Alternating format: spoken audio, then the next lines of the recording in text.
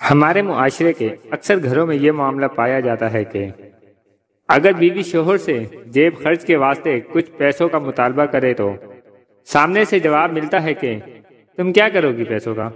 ہر چیز تمہیں مل تو جاتی ہے، سب کچھ لا کر تو دیتا ہوں، جو منگوانا ہو مجھے بتا دو میں لا دوں گا، فضول پیسے نہیں ہے میرے پاس۔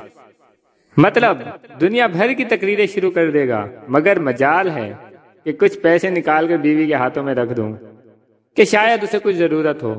پھر وہ بیچاری مجبور ہو کر اپنے ماں باپ کے سامنے ہاتھ پھیلاتی ہے، کبھی بہنوں سے سوال کرتی ہے تو کبھی سہیلیوں سے جا کر ادھار مانگتی پھرتی ہے۔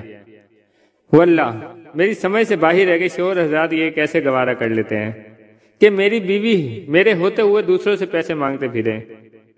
ظاہر سی بات ہے کہ وہ بھی انسان ہے، اس کی بھی ضروریات ہیں، بحیثیت انسان اس کا بھی کہیں کچھ خرچ کرنے کا دل کرتا ہے، اپنے پسند سے کوئی چیز خریدنے کا دل کرتا ہوگا، اپنے والدین، بہن بھائی یا سہیلی وغیرہ کو کوئی دینے کا دل کرتا ہوگا، صدقہ خیرات کرنے کا دل کرتا ہوگا، ہو سکتا ہے کہ اس بات کا بھی دل کرتا ہو کہ کچھ پیسے میرے پاس ہر وقت موجود رہیں جو کبھی بھی کسی بھی مجبوری میں کام آ جائیں۔ وہ آپ کے لیے اپنا گھر بار، ماں باپ، بہن بھائی سب چھوڑ آئی، اس نے اپنے آپ کو اور اپنی زندگی کو آپ کے حوالے کر دیا، خود کو آپ کے سپرد کر دیا، آپ کے ماتحت زندگی گزارنے چلی آئی۔ اب وہ خود کمانے تو کہیں جاتی نہیں، لہذا اس کی ضروریات آپ کے ذمہ ہیں۔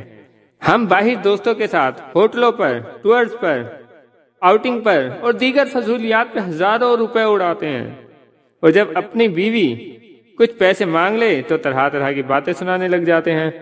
اس لیے دوستو، ہر ماہ اپنی تنخواہ سے بیوی کا جیب خرچ اپنی استطاعت کے مطابق متعین کر دیں۔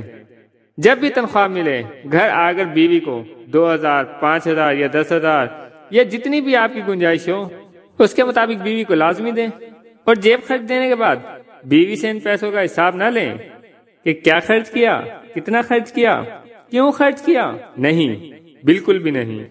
وہ جہاں خرچ کرتی ہے، وہ جہاں خرچ کرنا چاہے شرعی حدود میں اسے خرچ کرنے کی اجازت دیں۔ جیب خرچ کا مقصد ہی یہ ہوتا ہے کہ بندہ اپنی مرضی سے خرچ کر سکے۔